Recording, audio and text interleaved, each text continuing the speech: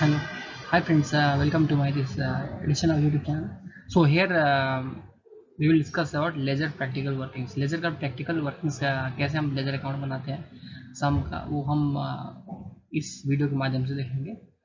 सो journal entry क्या होता है? जर्नल एंट्री से हम ट्रांजेक्शन्स को रिकॉर्ड करते हैं और transactions once the transactions are recorded then the transactions are posted into the ledger. एक बार जर्नल एंट्री से ट्रांजेक्शन्स रिकॉर्ड हो जाता है तो हम उसको लेजर अकाउंट में पोस्टिंग करते हैं. तो हम देखेंगे लेजर क्या होता है, कैसे पोस्टिंग करते हैं, क्या क्या रूल्स होता है. So rules of maintaining the laser.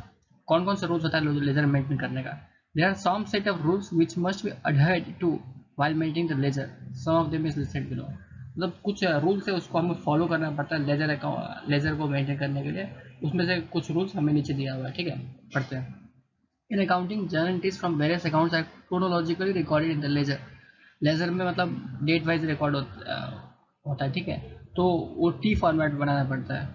ठीक है, एसेट एक्सपेंस और ड्राइंग अकाउंट का बैलेंस जो भी होता है वो डेबिट साइड से स्टार्ट होता है, क्योंकि ये जब एसेट एक्सपेंस और ड्राइंग बढ़ता है वो डेबिट में जाता है, इसलिए इसको डेबिट हम रिकॉर्ड करते हैं.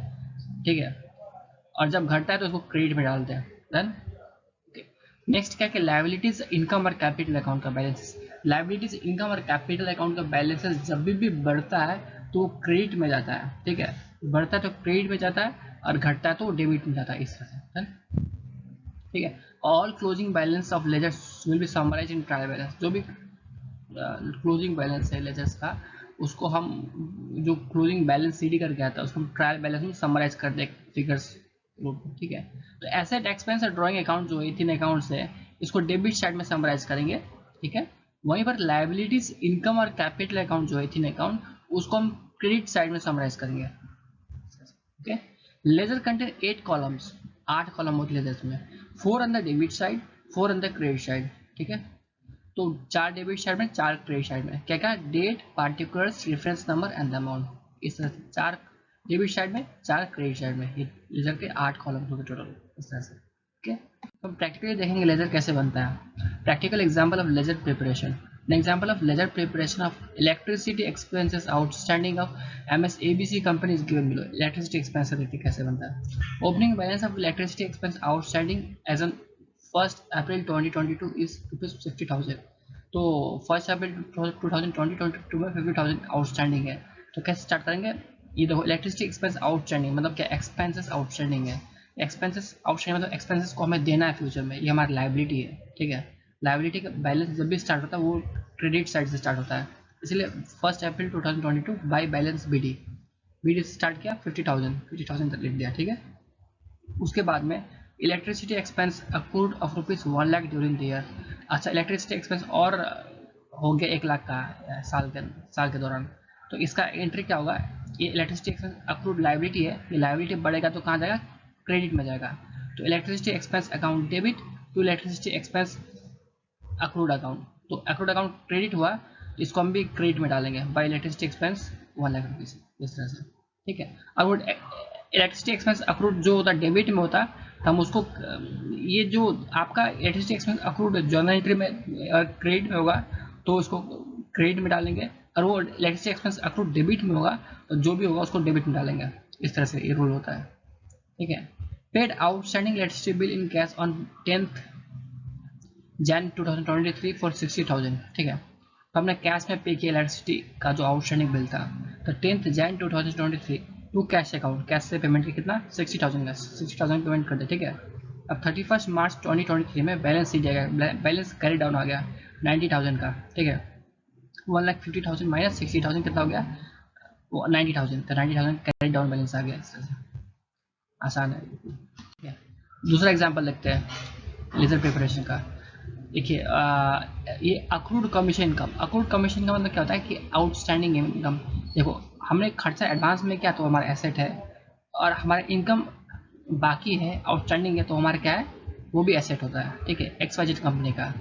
Opening balance of accrued commission income as on 1st April 2023 is 1,50,000. Asset का ओपनिंग बैलेंस है 1st April 2023 to balance BD 1,50,000. So commission income of 6 lakhs accrued during the year.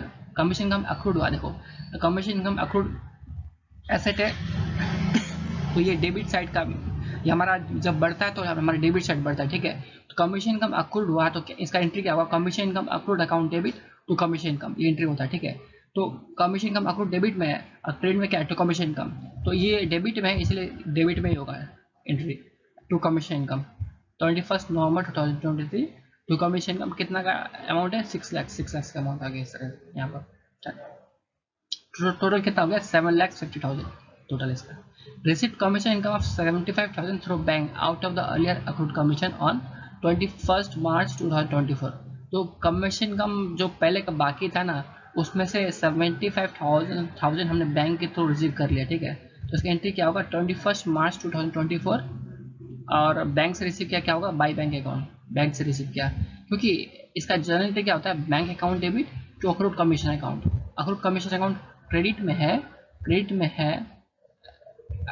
इसका एंट्री क्या होगा, bank account debit to accrued commission account credit में है, इसीलिए इसको जो बैंक से पैसा है उसको भी क्रेडिट में डालेंगे। बाई बैंक अकाउंट कितना अमाउंट है, 75,000 का अमाउंट आ गया यहाँ पर, डन इस तरह से।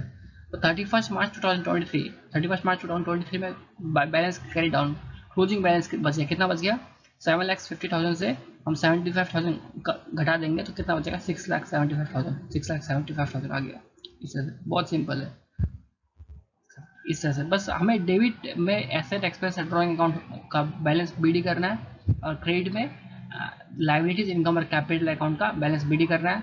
और बैलेंस बीडी से स्टार्ट होगा तो क्लोजिंग बैलेंस उसका डेबिट से बैलेंस स्टार्ट होगा तो उसका एंडिंग क्रेडिट में होगा, क्रेडिट से स्टार्ट होगा तो डेबिट में होगा। जनरली ऐसा होता है, जो भी डेबिट है क्रेडिट का जो शॉर्टफॉल होगा ना, जिसमें भी कम होगा हम उसमें लास्ट में बाय बैलेंस ला देंगे, और क्रेडिट में हो कम हुआ तो बाय बैलेंस ही लाएंगे, और डेबिट में कम हुआ तो टू बैलेंस बीडी ला देंगे। जो भी डेबिट और क्रेडिट जिसमें भी जहाँ कम हुआ अमाउंट वहाँ ये हम ये ला करके उसको क्लोज करेंगे इस तरह से।